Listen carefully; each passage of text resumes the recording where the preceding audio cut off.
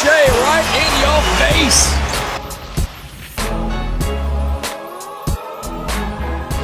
Welcome back to the Faedaway podcast, episode number 18. This episode is brought to you by the Ball is Life podcast network. I'm your host, Faedaway. I got Zayd here with me. Zayd, how you doing, man? Good, man. We're back just like our Rogers service. Spent the whole day. Terrible. No service. Can't make a phone call, but obviously Wi-Fi helps. How can there legally only be two providers and one of them just shut down for 17 hours? How's that possible? Not just that. How do you shut down? Think about how many businesses were affected by this. How do you shut down for 17 hours? We've experienced like 10 minutes, 15 minutes before. The whole day? Yeah, that's how does that happen? That's a little fishy. I mean, if they got hacked, shout out to the hacker. They clearly did a great job because 17 hours, Canada-wide too. It wasn't like a specific area. Everywhere. It was Canada-wide. Wow. So yeah, we're bike. Our service is bike.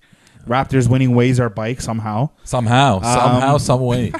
Yo, but how's your weekend, man? Talk to me. I know it's the weather's starting to warm up a little bit. People are outside, but man, we got slapped with another stay-at-home from the stay-at-home. Yeah, so we're now staying at home twice. A deeper stay at home. But then parks come back to the picture. We're allowed to go to parks.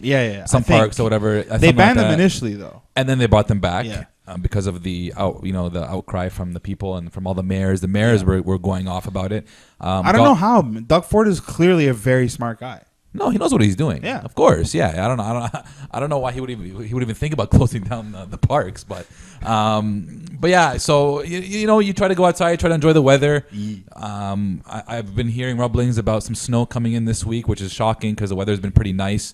But that's how Canada works. We got a couple of weeks of good weather, and then they slaps you with some snow. Yeah, obviously. And another thing too that we probably won't get a chance to talk about, but the European Super League. Ooh, wow. The ESL.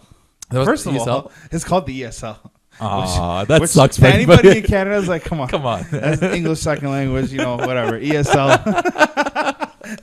But yeah, the ESL, man, the European Super League. These pretty much 12 of the best soccer teams in Europe band together, and they're like, yo, we're gonna create our own Champions League, and you can't do anything about it. And it's kind of interesting because I know everyone's like, oh, I didn't sign up here to listen to soccer talk. Yeah. But it's interesting because I think that it has an effect. This has an effect on the way sports are going to be handled. And if many of these athletes are seeing worldwide that they can do it and keep the money themselves, and it's going to be tough out here, man. It's going to be interesting. The leagues go obsolete and they become the B leagues. If the top 10 NBA teams can create a league by themselves and the players get a share of the revenue or whatever, then that's going to change the landscape of how sports 100%. Are done and all over the world. So it throws off the balance, though. Absolutely. It throws off the balance. I mean, if you were to talk about it from the European standpoint, from the soccer standpoint, the English league, the Premier League, the Spanish league, those don't become the best leagues in the world anymore. That one Super League becomes the best league in the world. And the same thing can happen with the NBA if they kind of follow suit. So it'll be very interesting to see what happens and how the precedence is set by, I guess, by soccer. It'll be very interesting. It'll be very, very interesting. Apparently the players aren't down though, so it's a bit of a mess right now. And coaches aren't down, players aren't down. It's pretty much the front offices of the teams because they obviously they want to make money potential. They want to capitalize off their name and their stature. So it's interesting, man. It's very interesting stuff, to say the least. I think it's like you said, it's unprecedented times, and it'll be interesting to see how they handle that situation. But man, lots to talk about this last week. Steph Curry snapped in everyone's faces. There was a couple of big injuries, unfortunately. A bunch of people snapped. A bunch of people got injured, unfortunately. Yeah, and it feels like every week is 3 weeks. But before we get into the whole league-wide saga, let's just talk some Raptors because a lot of Raptors. It seems like right when the Raptors decided, hey, you know what, we're done trying to win games this year, they go and win 3 straight games with nobody in the lineup. So talk to us about, man, the week that they had, and I know that it wasn't a 3-0 week, but they did win 3 straight. So talk to us about what you saw. So Raptors are currently sitting at 3 straight.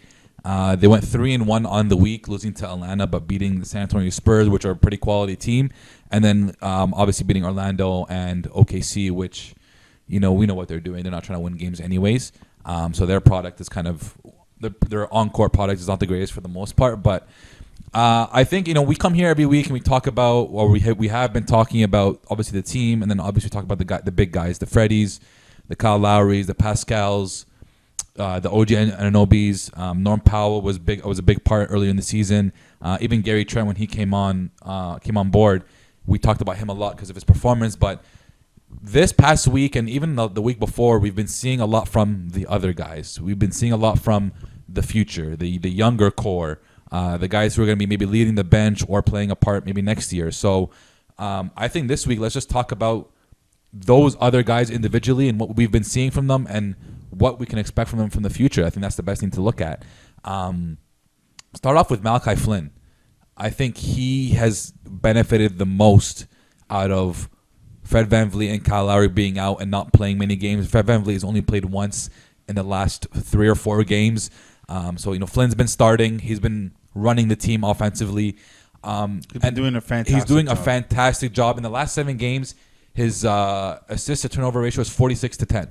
So he's taking care of the rock. And a young player too. Very young player, but he's a mature player, and that's what you get out of those guys who are 4-year university guys. You know what I mean? They're drafted not young compared to the guys who are one and done. They're drafted at 22 years old. They've played a bunch of basketball already. They're ready for the league, and you can see in the way that Flynn plays. You see the way he runs the offense, the way he runs the pick and roll, the way he finds his guys.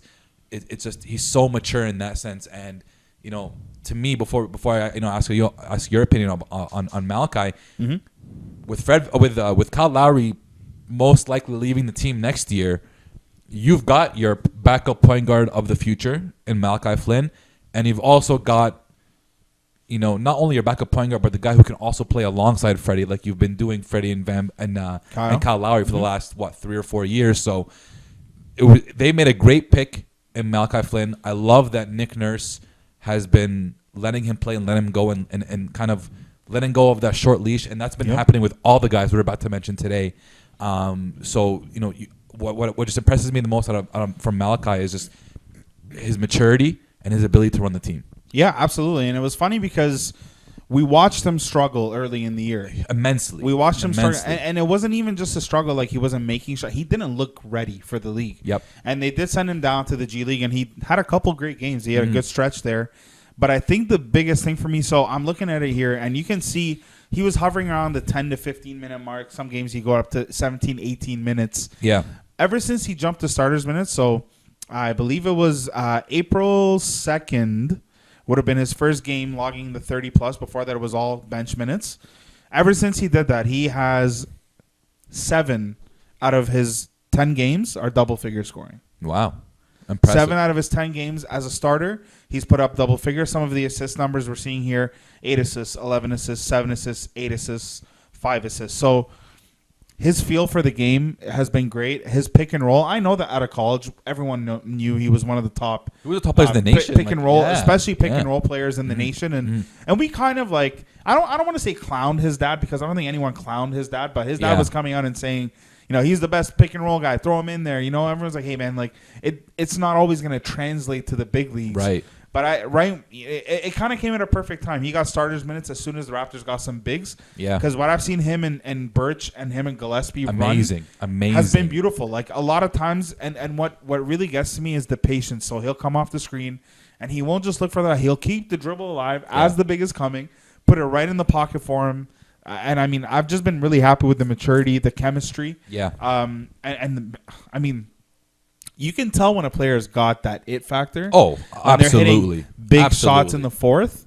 And that dude, I don't know if it's a fluke. I think it's hard to fluke clutch scoring on a consistent basis. He had a bunch of games where he was scoring very timely threes. He's not very scared timely threes in the fourth. He's not scared of taking it. He's not scared of making it. And he's made some big shots. So shout out to him, man. Series of career highs over the last 3 weeks. Yeah. So I'm happy to see it. I'm honestly happy to see it. And you realize we took this guy at 29th.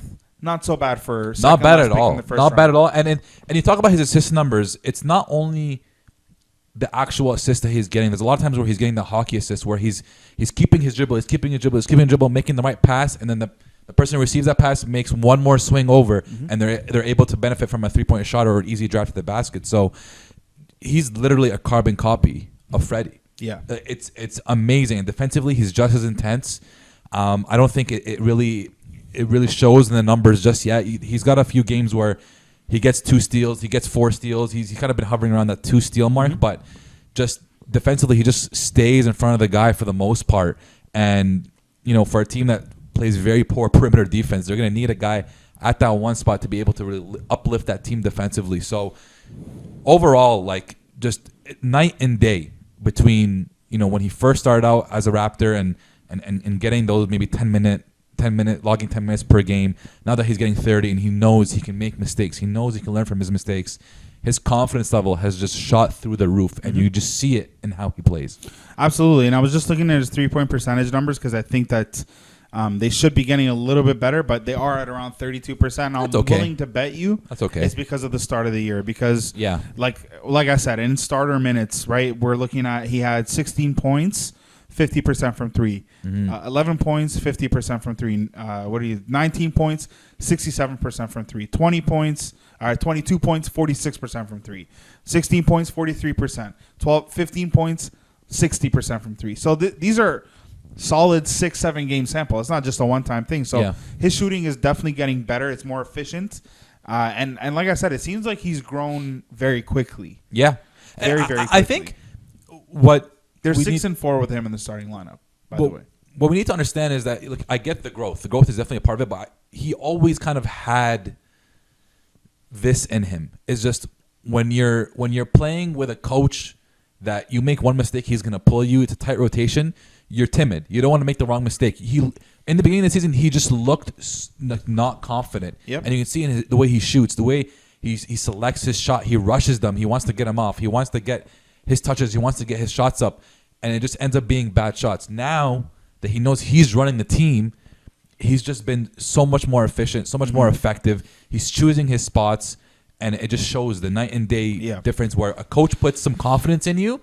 This is what's going to happen, and it looks amazing. I think that this year's lack of success or tank has come at a perfect time because I think you're transitioning between championship caliber team to rebuilding with your young guys there. Yeah. And I think having that buffer where those secondary guys can get some run, I think is going to help immensely for the future. This is kind of like a blanket statement for everybody that we're going to talk about today, but this run for these other guys, these guys who are going to be probably the second unit next year, is going to be so important because a lot of the games that the Raptors won this week were pretty close games, and they had to learn how to close down the stretch.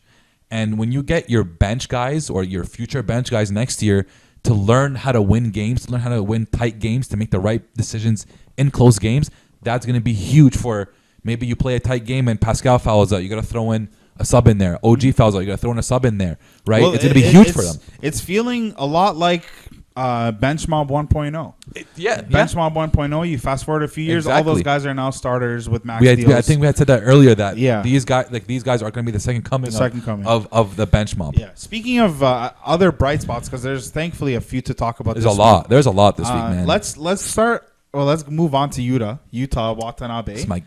That's our guy from day one. Congratulations, Yuta. Congratulations. Yuta Watanabe was able to turn that two-way contract into a full-time NBA deal. So shout out to Utes, our man. Watanabe from day one. I just want to say, people laughed this guy out the room when he got dunked on by Anthony Edwards. That happens, bro. People said. It happens, man. When they said that he's the number one sales in Japan, they said the Raptors only brought him in for the sales jerseys. They brought him in for global presence. And what does this guy turn around and do? He shows you with opportunity that he can not only freaking rebound like a monster. I love his presence on rebound. I think that has been the one thing from the beginning of the year that we said we're like, this guy, he can do everything. He can do everything. But his confidence over the last 2 weeks has taken 4 steps. Yeah. And I know that you were tweeting a lot about this through our account because this dude is now pulling up without even looking. He looks like pure. He catches it, it's going up. Wow. On a dime, doesn't matter. I'm running, doesn't matter. He's putting it up. His confidence is, and this is a guy that just about a month and a half, 2 months ago, the complaint was, if you're on the court and you are not shooting the ball, why are you on the court? Why? You're not a threat. Exactly. So now we're coming in. This guy can't be even like he can't even be an ounce less confident from what he is right now. So it's amazing to see. I'm happy that he got that deal. I love having him here, and I think he gives amazing. We've been consistent on him since day one. This guy's a gem, and what he does on the court is very underrated. It comes down to what you said, confidence. Same thing with Malachi. Same thing with all of these guys. It's confidence. Yuta, when the stars were on the court, deferred so much to the stars. Understandably so. I'm not saying he shouldn't do that, but he almost looked scared to shoot the ball. He gets the ball, he passes it right away.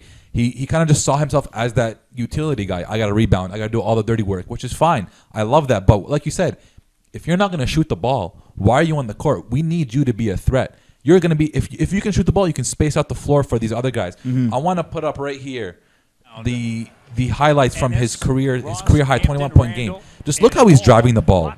Kisses it off the glass so quick. We have never he's going down the right and floater we have jumper. never seen Yuta shoot this confident. Look at it, triple threat, bam, dunks on everybody. We have never seen Yuta. The hands too low key. Yeah, he did. We have never seen Yuta this confident. Look, he bring the ball up the court. Little shake, drives in it himself. Doesn't even look to pass the ball. It just looks so pure. Look at him running the pick and roll with Gillespie. Bam, pull up jumper. On the dime. I didn't know he had a on pull the up dime. jumper. It looks so good when you're confident. Look at this. Bro, you steps into it. This Look guy how pure. was here for threes. Look how pure he looks. He looks a big shot too. He looks so confident shooting the ball, and it's night and day once again from when he first came in. Look at that. Keeps the Big ball shot high. again. Keeps the ball high. Gets the and one. These are things that you can tell he's been working on all year. Just the way he placed the ball, he kept it high. He didn't bring it in, so it can be swiped at. Look at this. Doesn't even look to pass. Bam. Yeah. Kisses off the glass. It's amazing to see his improvement and how he's evolved as a player. His offensive game. It's amazing to see because he just looks like such a complete player, and nobody expected this to happen. Everyone's like, he's raw still. He's still got some work to do. He's got a great NBA body. Still a lot of work to do, but the work looks like it's being done. Yep. Can shoot very well, very smooth, can handle the ball very well, and the more he plays, the more confident he gets. He's going to be a guy off the bench next year that's going to really give us valuable minutes. So it's exciting to see what he's been doing. I just think Yuta Watanabe is one of those guys that, like I said, you can't quantify his presence on the court because he does so many things. Like, he's the king of the hockey assists. He's the king of the rebounding. Yep. Like, he'll box out your guy so you can get the rebound.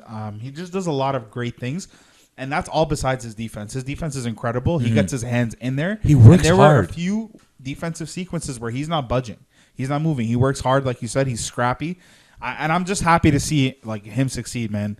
Another young guy that's been doing, or I guess finally got his first chance to start, Mr. Paul Watson Jr. Yeah. Another guy we came on here saying we need more Paul Watson minutes just to see, right? We got to see what he's about. It reminds me of a few years ago when Pascal was still the G League guy, and you come in the summer you're hearing like, oh, apparently this Pascal's guy is like, this year's the year, this is the year, and Paul Watson, they're like, yeah, he's got the skill, he can shoot, he's big. We saw him in the 905 last year, he looked pretty decent, and then this year. Hasn't really gone consistent minutes, but gets put in the starting lineup. And what happened, sir? What did he do? First start of his NBA career. Drops a career high 30 points. I think he was shooting mad efficient. I'm just trying to get it here.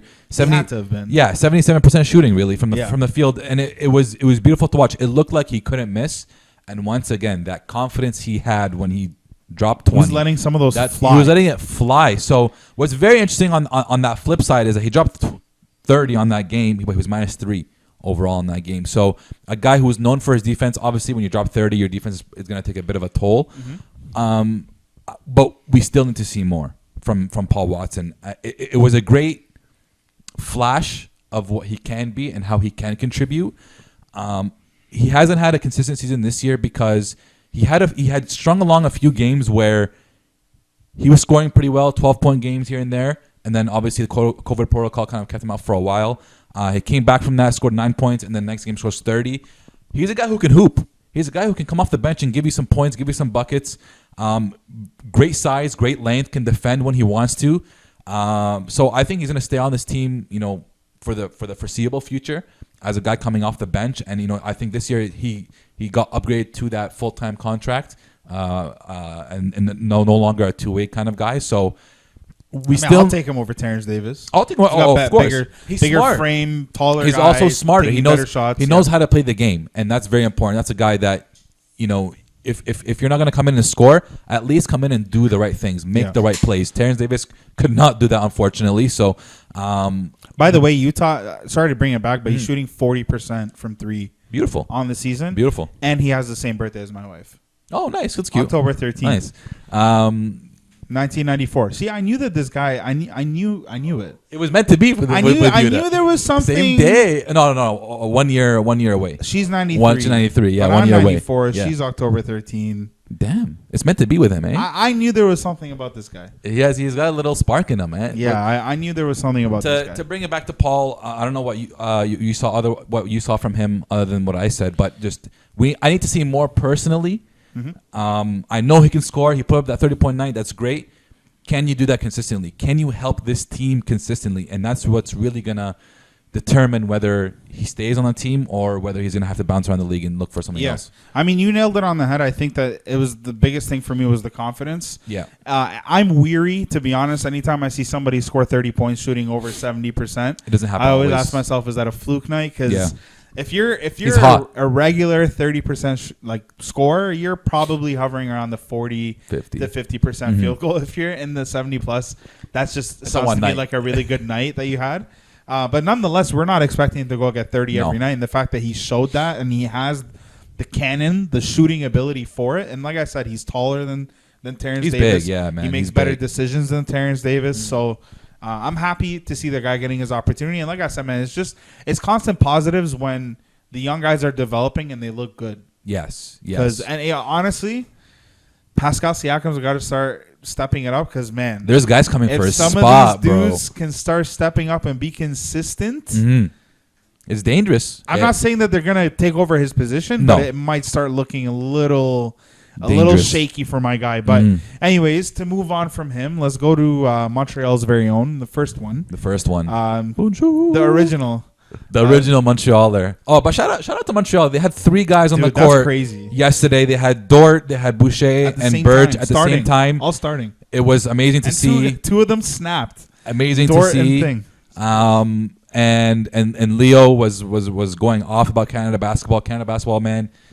Not just up and coming. I think it's very close to we're here, right? And so it was a big night for them. But Chris Boucher, doing what he's been doing all season long, dropped 31 points yesterday, 12 rebounds.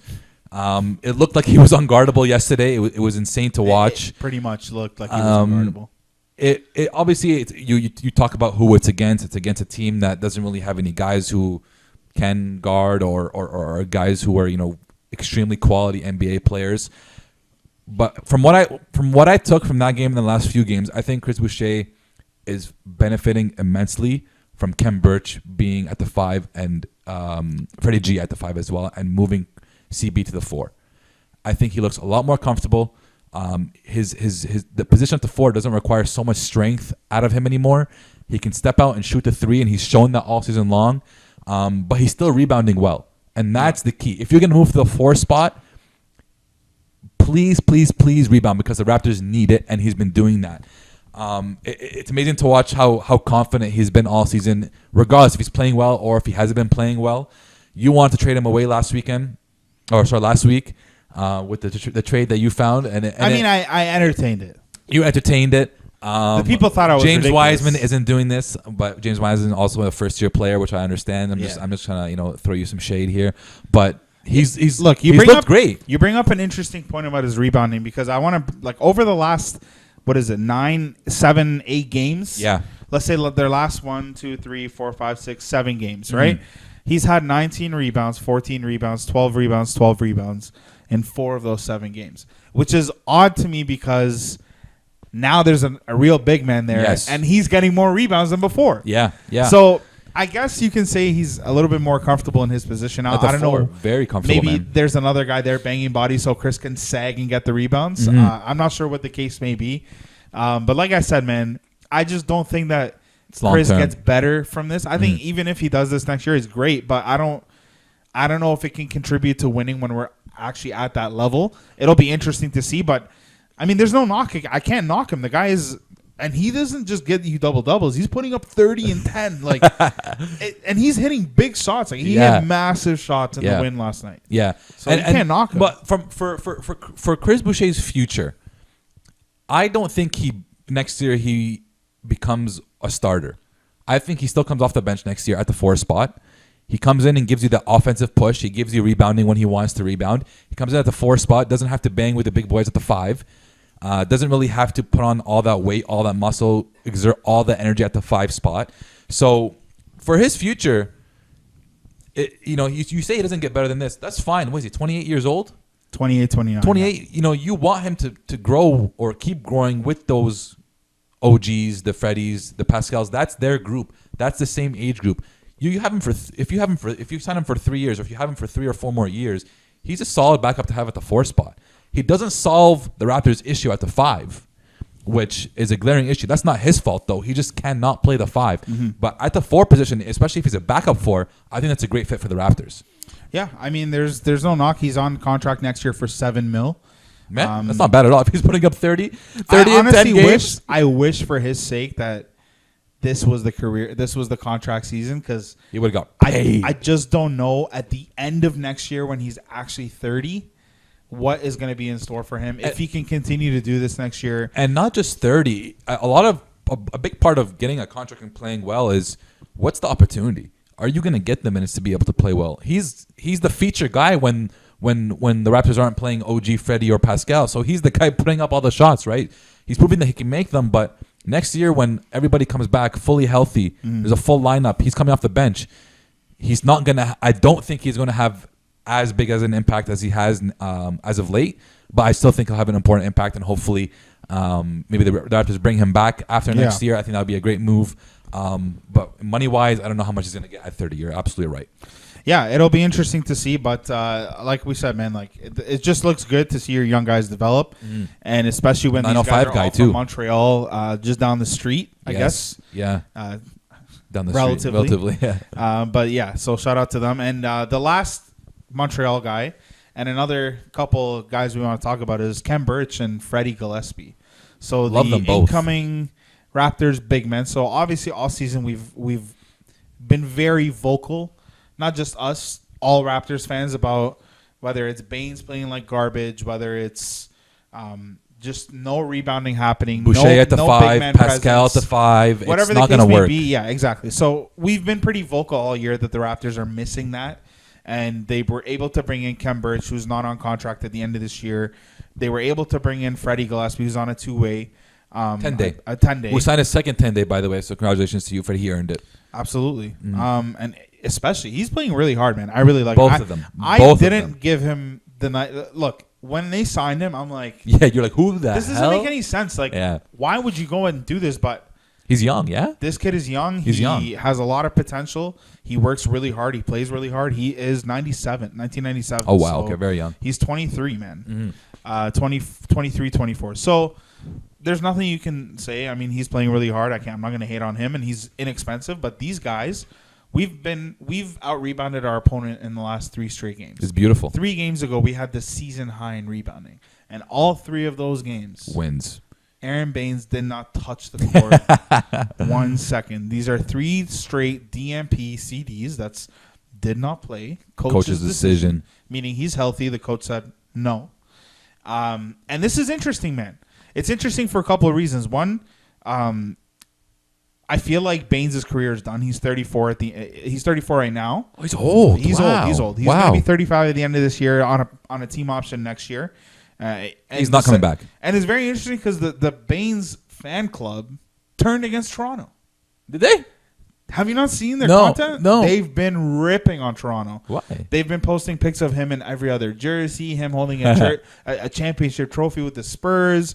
And then they're just dissing Toronto. Then they put out a thing like, we've only been heckled by Toronto fans. That blah, blah, sucks. Blah, this. Yeah, like, bro. Come on, man. Just be self-aware at the very least. You should be man. apologizing to I Toronto thought you fans, created bro. this as a troll. But Yeah. now that you're serious, it's kind of weird. I don't want to take away from Khem and Freddie's performances by the DMPs are great. Yes. What I'm seeing from Khem and Freddie, I hate to group them together, but they're the same position. They're kind of fighting almost for the same spot. The way they play the pick and roll as the screen man and and the way they roll to the basket has been phenomenal. The way how physical they are has been phenomenal. I think Freddie sometimes can be a little bit lost on the court, just not knowing where to be, not knowing where to go, and I think that's absolutely fair for him. He's still kind of getting adjusted to it, and to be able to get both of them for chips and cookies, they came at pretty much no cost. I think has been great for the Raptors. I don't know if this still solves the problem, though. With a team that, as great as they have been, and I have no complaints about their game at all, I can't knock them at all. They're still, I think, a bit undersized at the 5 spot. Khem Birch is a big boy. He was a lot bigger than I thought he was when he came on. He's a big boy. Even Freddie G, short but big, strong. Both of them very strong. I don't know if the rim protection is going to be as good as the Raptors need it, especially when the Raptors are playing such poor perimeter defense. That's my worry. Future-wise, I think Khem will be a great backup 5 for the Raptors. I still think they need a starting 5. Imagine Gillespie becomes the starter. Because he's 23. Maybe in the future, in my opinion, with Yuta now becoming a full-time player, I think Freddie G gets that 2-way contract for next year. Yeah. I think that's what's going to happen. That's my guess. It would make the most sense because you're going to get rid of Baines. You sign Birch. Stanimal's going to most likely be gone. We'll get to it. We'll get to that. But Stanimal, I think, most likely is going to be gone. And you bring in Freddie G at the 5 spot. Let him develop the 905. Let him come play some minutes when there is availability to play with the A team. But as far as what I've seen, if they were taller, they would be perfect. That's just the only issue. The rim protection is still an issue. Despite them getting a few blocks a game, actually, which is very surprising to me. But the Raptors just need a bigger presence at the 5. But the thing is, I think that we don't necessarily need a big name at the 5 as much as we need a reliable. I'm talking about size center. Yeah. Because I think the thing with the Raptors, and this kind of goes into a little bit of what I think about this season as a whole, is I ultimately still think the Raptors heavily underachieved. I think that there are too many players on that roster in the top 5-6 for you to be 11th in the East specifically. So I still think that they did 10th now. I think and I still think that they heavily underachieved, but they still have pieces in their core where they're not rebuilding. No. They're like we said in the beginning of the year, they're rebranding. Yeah, rebranding. Because they have a lot of contracts in place. There's no flexibility financially. You have young guys that are growing with the team. A guy who's already been an all-star. A guy who's borderline all-star in Fred VanVleet. A guy who's going to be a perennial all-star hopefully one day with Gary Trent. So you still have a core. Sweet. Yeah, a great core at that too. So it'll be interesting to see who they pick up, especially with Baines falling off and not being re-signed. I think that's going to be huge.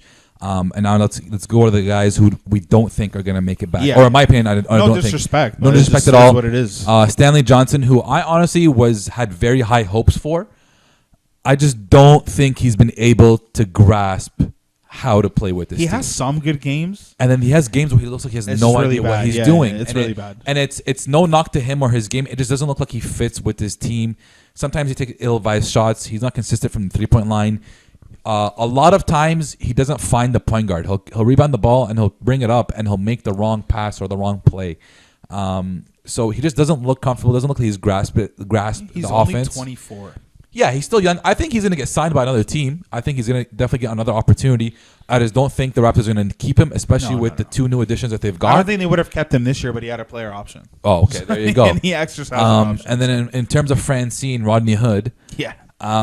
Good. He's just non-guaranteed next year. He was a contract kicker with a $10 million falling off the books for the Raptors. They're definitely going to make use of that. It just doesn't look like he's fit. He's coming off of that Achilles injury that he's still trying to find his rhythm, his way in the league. So in terms of their future, I just think they last. Chris Boucher gives you better Rodney Hood minutes. Oh, of course. Yeah, absolutely. When it really comes down to it, like you would rather put different pieces This is on just, your it's roster. not a knock to the players. It's just, Does this is how Bembry you stay? I think Bembry stays. I think Bembry's a great glue guy. I think he does more than what the stat sheet tells you. Very smart. Knows how to. I said he's on non-guaranteed I said shit. best slasher last week, and I got demolished by the You poll. know what pissed me off? It's not slashing, it's cutting. Which I honestly, I'll take it. I was wrong. It should have been cutting. I meant cutting. My bad. I think I still wouldn't have got the numbers that I got, but he's just a smart player. I think he's a good player to have around, even if he's at the end of your bench. He can come in and defend for you. Yep. He's good size. He can handle the ball. Knows how to hoop. I think he stays. But as far as the guys who go, I think it's going to be Rodney Hood and Stanimo who are going to leave. And Baines as well. But And Baines, of course. let's move on. Before we move on, I wanna bring up a few things for the Raptors. Overall, you see how much talent they've had. I think it was 7 players scored 30 plus points this season. NBA high, right? NBA high, some sort of record high, whatever. We've got scorers. Now, my question for you, which I haven't asked you yet, Raptors are 10th right now, looking like they don't know what they want to do. The young guys are coming in and playing games. They want to win. Nobody wants to lose in this league. If the Raptors stay at 10th, maybe even move up to 9th. I don't think they'll move up to 9th, but they stay at 10. You qualify for the play-in game. Do you bring back Freddie, OG, Pascal to play in that play-in game? I was thinking about that, and I was even thinking about the whole playoffs. Like, do you bring them if you advance? Do you bring them back and make a run? Because this could be a dark horse team. I don't know about that one, but no, it depends with on the Philly in matchup. First. Yeah, with Philly in first, Like, Brooklyn in and second, what it'll be you tough. have- You're right. What You're you right. have You're to right. do at the 11 seed or the 10 seed to make it. You're right. You're right. I don't think It's a lot, You're right. and even then, I don't think they stand a chance. But I don't know. I was thinking about this the other day, and personally, what I would like to see, I would stick to my guns. Yeah, it's kind of like it's. I feel the same way. Like if there's a game and the Raptors starters put them down 30, and then the bench brings them back. Keep the bench. You're not going to put the starters back in the game. Yeah, you ride it out with the bench. So I understand, and I don't think that they would think. I don't know, because it depends. If they think that they can really win, then they'll put them in. But I don't know. I don't know because we know Kyle Lowry's out. He just doesn't. Maybe he's not playing. Fred VanVleet, he looks good on the bench. Healthy. Pascal, we'll put it up. Pascal's shoulder. Pascal's shoulder's injured, but he's out here celebrating and doing whatever with his teammates, which is great. We got fined for it, which is BS. Which is huge BS, by the way. The league is literally after the Raptors this season and every season. Honestly, what's going on, man? Everyone's sitting down. OKC sat down Horford. Who's the other guy? There's another guy. Drummond. Before he got Cleveland released, sits down Drummond. Yeah. Everyone's right. There's the a day bunch we of did those. this, the Utah Jazz rested their whole starting lineup, and the Raptors. But nobody got gets fined outside of the Toronto Raptors. The Spurs got fined, who are also a target of the NBA. We've in recent years, especially Pop, always gets targeted with these things. Surprising, right? When DeRozan goes there, they become the target. Yeah. Right? So another Toronto guy. Yeah, but I honestly I agree with you. I don't think you bring those players back. I think you ride out the season with these guys. Where I think the challenge lies, and why you don't bring these players back, is that Nick Nurse has to get these guys adjusted to has to get the bench adjusted to the starters, the real starters. That means you're back on a short leash. That means you're back to playing maybe without the confidence that you once had, knowing you're gonna get that run. And I think that's gonna be Nick Nurse's biggest challenge in the summer. How are you gonna get this second group acclimated and adjusted, and how are you gonna get the chemistry flowing with the starting unit? That's gonna be Nick Nurse's job during the summer. Nick Nurse is by no means on the chopping block. It's one season. He's had 3 great seasons in a row, or 2 great seasons in a row, whatever it was. His job during the summer, and come next season, the team needs to look like a team. And that's going to be the biggest thing for them. Absolutely, man. Let's move on to around the league. I think that's enough Raptors talk for everybody. But let's talk about around the league. So I want to start off with a special shout out to Wardell Stephen Curry Jr., a.k.a. Steph Curry of Davidson. This guy is snapping, fantastic at basketball. Snapping. He's a fantastic basketball player. It's the least I could say, really. This week, in 4 games played, the man made 36 3-pointers. That is the number one over that many games in NBA history. Mm-hmm. He had 3 games this week alone where he scored 10 plus threes each game. Yeah. Also an NBA best. He's putting up 31 on the season. He had 53, 42, and 47 points in 3 of the 4 games. 33 in the last one. Yeah, bucket. He's putting up 31 on the year, 31, 6, and 6. This guy is incredible, man. Mm-hmm. I don't know what is going on here. This guy just gets better and better. He's averaging 40 in the month of April. 39.9, shooting 49% from 3. He's a shooter. The best By shooter. the way, he's putting up 14 a game, 14 threes a game. He's making 49%. He's 40 points. He's not only that, he's averaging the most points since the All-Star break. He's just, I think he's heard enough of the chatter of him saying he's not filthy. maybe he's not. They weren't saying he's really washed, but they've been saying he's not as good. He needs his teammates. He is running circles around defenders. It's incredible. The shots that you see him put up are any other player in the league. I don't care. Even honestly, even if Dame Lillard took these kinds of shots, you would get upset. You would say it's a bad shot. Only Steph Curry, you can't say it's a bad shot. He takes lunging threes, diving threes, behind the back, around the defender, whatever it is, and it goes in. The guy is a generational talent. Best shooter ever, man. What he's doing is incredible. I would love so much for the Warriors to build around him properly to help him once again win more games. Once again, I don't want to say that, make it sound like they never did before. Yeah. Once again. But to rebuild around him because he still has lethal basketball left in his system, and I think he could still win a championship if he's in the right place. I think he's made it clear that he wants to stay. He's aging, man. You can't sleep on that. He's 33, he is. That's what I mean. But 34? Right now he's putting up 31 points a game. So and he's doing it by himself. His window is getting closing. there. It's closing. So it's time to. It's really time to take advantage. But is it closing though? If a guy doesn't rely on his athleticism, he's a shooter. He's a shooter. Shoot.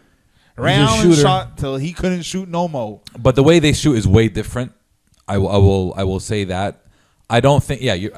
His window at 33, 34 years old, I think, is wider or is more open than anybody else at 33, 34 who relies on their athletic. He doesn't. Right, but he's still 33, 34 years old. I don't know how much the wear and tear comes into play. The ankle injuries. I don't know if that affects you as you grow older. But you got to get you guys healthy again. Clay needs to come back healthy again. Hopefully they can put together a nice season next season for him. He shot 58% from three tonight. He scored 47. And that's Stephen Curry number. We say he's taking ridiculous shots and converting them. When we say when a guy shoots 70% from the field, blah blah blah, it's a fluke night for Steph. It's not. He can go up to that.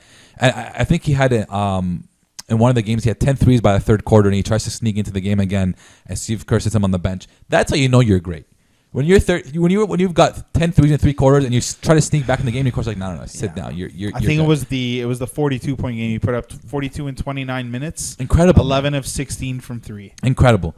And in less happier news, Jamal Murray out with a torn ACL off that misstep. I think we were both watching it live. I was watching it from home. You were watching it from home I think it was against the Lakers. Kind of like a routine drive, kind of maybe missteps a little, maybe lunges a bit too much off the 1 foot. And you knew right away. So shout out to Jamal Murray. If there's somebody who's going to come back stronger, is Jamal Murray. He's got the dog in him. It's just so stupid. Like it's so easily avoidable.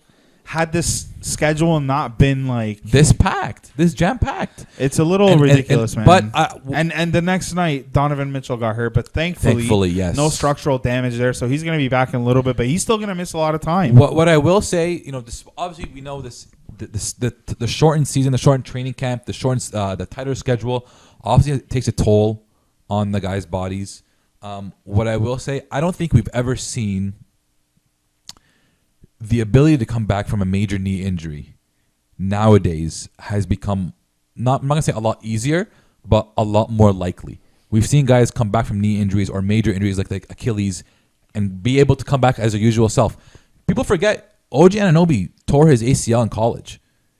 Still very young, still a lot of time to work on rehab on that knee, but he came back amazing. Zach LaVine, people forget, major knee injury, came back, became an all-star.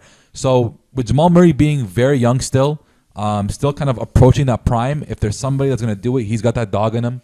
I think he tweeted, he'll be back stronger. He tweeted like you could take the basketball fight out of. You could take the dog out of the fight, but you can't take the fight out of the dog. So I've got the utmost confidence in him being able to come back. But man, like Denver, it was going to be their season this year. It's tough, man. It was going to be their season. It's tough from a playoff perspective. It's tough from a Team Canada summer perspective because he was supposed to play, and the team is looking like we said, like they're about ready to be here. So it sucks for him all around, and I hope he can come back quickly from that. Same with Donovan Mitchell too. I want to talk about Zion Williamson. Before we go into Zion, shout out to LaMarcus Aldridge, who retired. abruptly earlier this week due to it was a irregular heartbeat during his Yes. last game. Great career. He was 50 points away from a 20K point career. Watching just every 20K points. Yeah, 20K points. Yeah, watching every news channel or not news channel, any of you like the TNT and everybody speaking just highly of him as a teammate. Dame said we should retire his number today or tomorrow, right away. It's a bit emotional, but shout out. He meant a lot to Portland. He meant a lot to Portland in his years there. yeah, but people are out here saying Hall of Fame though. That's I gotta do that research. That's a debate for another day. To me, he's been irrelevant just as long as he was relevant. That's all I'm gonna say. That's a tough one. We got to look into that one. That's going to be a tough one for another day. But shout out to him on a great career. Hopefully he can stay healthy post-career. Hopefully that doesn't have an effect on him post-career. For sure. But yes, back to Zion. Go ahead. Yo, you know what, though? On the LaMarcus Aldridge thing, he came from the same high school as Chris Bosh. School. Same state as Chris Bosh. Texas, baby. And they both went out, unfortunately, due to Wow. some serious health injuries abruptly. Crazy, right? Dang. They went out creepy. the same way, so it's That's kind of creepy. weird. It's That's kind of weird. creepy, They man. came out the same high school, same state, and everything. But Zion Williamson on a tear continually. I mean, we talked It's incredible, about him. man. It's crazy. He's right now, by the way, playing point guard, and he is murking it. Like, he has been incredible at the one spot, and I think that's why they're shopping Lonzo so actively. Just physically, he's just dominant. He's not fair, and It's his assist incredible, numbers are man. looking really good. But very interesting quote from his game against the New York Knicks, He was which we'll giddy. talk about right now. He was giddy. But he goes, I mean, New York is the mecca of basketball. I love playing here. I played here in college. This is my first time playing in the pros. I mean, this atmosphere, whether they're cheering for you, whether they're booing for you, it's amazing. Honestly, I think outside of New Orleans, obviously, I think this might be my favorite place to stay. Outside of New Orleans, I can't even lie to you. I can't lie to you. Zion to New York. And what we're not even including here is the amount of smiling he did. Giddy. The giggling He he was was doing. giddy, It was bro. like Ear to like ear. when you ask that kid about his girl and it's like, yo, they just started dating last week and he can't stop giggling while telling you. It was exactly like that. Another thing to point out, who plays for the New York Knicks? Who's their point guard? RJ Barrett. Point guard? Whatever. Who's their guard? RJ Barrett. Wing? RJ Where did Barrett. he go to college? I know. They're roommates. So Could you be. combine all the new NYC talk. My boy RJ's there. They're killing it right now. Jeez. But the thing is, I feel like the whole Zion and Julius thing they'd really have to figure that out. No. But by the time that actually might, Julius will be gone. he'll be gone by then. Listen, this has been the pattern for every star player, every high draft pick that's come in the league. You come play your first 3 years on whatever team drafts you. You sign, you enter restricted free agency. They sign you again for another 4 years. Yeah. That's 7 years. By the time you're in your maybe 6th or 7th year, you say, I'm tired of being here. I want to get traded, or I'm not going to come back and resign. Yo, And that's when it happens. What's your reaction if you're the New Orleans front office and this kid went on and he just said all that and you're like, Oh, we're going to lose him. We're going to lose him. Not only is we need him here 5 to 7 years. It's his second year. But they're going to have And him he's for, out here salivating. you look at, they're going to have him for 5 to 7 years. I mean, hey, who goes to say he doesn't ask for a trade next year? No. But listen, these players, they want It's the Zion bag. Williamson. They want that max deal. So you It's get Zion's the, gonna they get the sign. deal. That's what I'm saying. They're going to sign that max deal. Who can offer him the most money? Yeah. New Orleans. So he's going to be here for another at least 3 or 4 years. It'll You've be got that interesting. time to really build around him. Do I think he might go to New York one day? I mean, based off that that reaction, he definitely told us he wants to. He doesn't seem like the type to not want to play there and not want that kind of pressure. So, especially the way we see Julius Randle playing, which we'll get to in a second, it's doable. And if you've got great coaching, it's doable. So, maybe in the next 3 or 4 years we'll play this back and we'll laugh. We'll see that we were right. Perhaps, man. Maybe. Perhaps. And let's finish it off by going to New York City to talk about your guy. I think you owe me an apology. A guy that I owe You owe me an apology. I owe him an apology. I apologize to owe you about Schroeder. the world of basketball an apology. I apologize for all the Julius Randle slander that I've put on his name. He's a late bloomer, I will admit. He is. But this guy is absolutely fantastic. He scored 30 points in 4 straight games. With a all 4 44.9. wins, W's. They've Yep. actually won 6 straight games. What Julius Randle is doing is incredible. 34, 32, 44, 33, all double-doubles. Yes. With the exception of, I think, one of them. But this guy, what he's been able to do is nothing short of fantastic. The jump that he's made what he's been able to do in New York. What he's been able to turn that team into. Yeah. I think it's just been fantastic, and he's the forefront of that. So shout outs to him. Shout outs to you. Anyone who saw it, I definitely roasted on him for years. I mean, deservedly so a little bit. The first 4 or 5 years were a struggle. The way he's changed his body, the way he's changed his attitude, his work ethic. I feel like he's even changed his game, but I don't know. Maybe he's just getting more. Well, he's gotten more skill, more opportunity. Helps. I didn't know he was this good a shooter. I saw a video about him talking about Kobe and the impact Kobe had on him and teaching him the work. And I think the best part of that is that it's not just him working out. He's been able to get guys on his team all to work out with him and lead and be able to lead by example and include his teammates with him as he does his work. And you see the work paying dividends for himself and as a team. And honestly, you can't mention the Knicks without mentioning Coach Tibbs. He's got them at the number 1 defense in the league. This is a team like you look at the Knicks. They look We went through this together. They look like a bunch of misfits. You throw in D Rose. RJ Barrett also is having a great season, which we can't keep quiet. But you look at the other guys like Elfrid Payton's in there. Like there's guys that just let's look through the roster right now. It's literally all misfits. Even Julius Randle is a misfit. He's a guy that was being thrown around because he didn't fit. So okay. RJ Barrett, Emmanuel Quickly, we can't hold these guys because they're young rookies. They're young. Or Julius Randle, misfit. Reggie Bullock moved around the league a lot. I'd say a misfit. Nerlens Noel, misfit. Elfrid Payton, misfit. Alec Burks, misfit. Taj Gibson, misfit. D Rose, misfit. John Henson's on this team. Taj Gibson and D Rose, not necessarily misfits, but just they had to bounce around the league. Taj Gibson maybe more so. But D Rose already played for New York before. Yes, this is his second stint. He's in moved New York, around, man. But he's with Tibbs. Same with Taj Gibson. Tibbs also always has to have guys from that original Chicago Bulls team. But listen, they've made it work. They work together as a team. They play defense together, and defense wins games. And they're sitting. So they've won 6 straight. They're sitting in 6th place, 0.5 games behind the 4th seed. If they get home court advantage this year in the playoffs, that's an incredible leap. Even if they don't, then they get the top 6. I think it's incredible. It's incredible. And you know what I was thinking is, a city like New York, all they need to do to recruit players of the highest level is have one relevant year.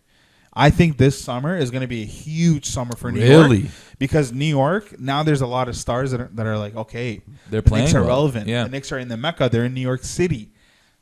I don't know. I'm just saying, I think now it makes it very interesting. And 2 years ago, KD would have never paid a visit to the Knicks, and he didn't. Yeah. I think things change now.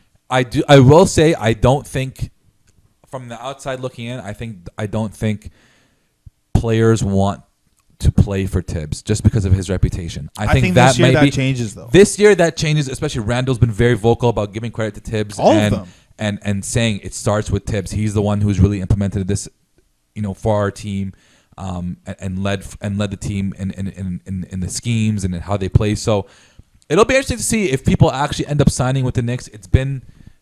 Hey, New York is the Mecca of basketball. Madison Square Garden is the Mecca of basketball, but it has not been the last 20 years, and it hasn't felt that way. But we'll see. This may be the turnaround that they needed. But shout out to Julius Randle. I'm hyped. I'm excited to see the playoffs, and I'm excited for the Knicks. Like I said, if they come back to relevancy, it's great for basketball when the Knicks are relevant. Great for the league. I remember when Steve Novak was hitting those threes. Wow. Being a fan, watching the Knicks fans react to that was just exciting. The days Melo was hitting game winners against the Bulls. It was very exciting stuff. With that being said, ladies and gentlemen, that is it for this week's episode. You know where to find us. We're on Google Podcasts, Apple Podcasts, Spotify, YouTube, Twitter, Instagram, wherever you send your DMs. TikTok. You can find us. Yeah, we're on TikTok too. With pretty cool clips. So you know what it is. Shout outs to Ball's Life. Shout outs to you, sir. And we will come at you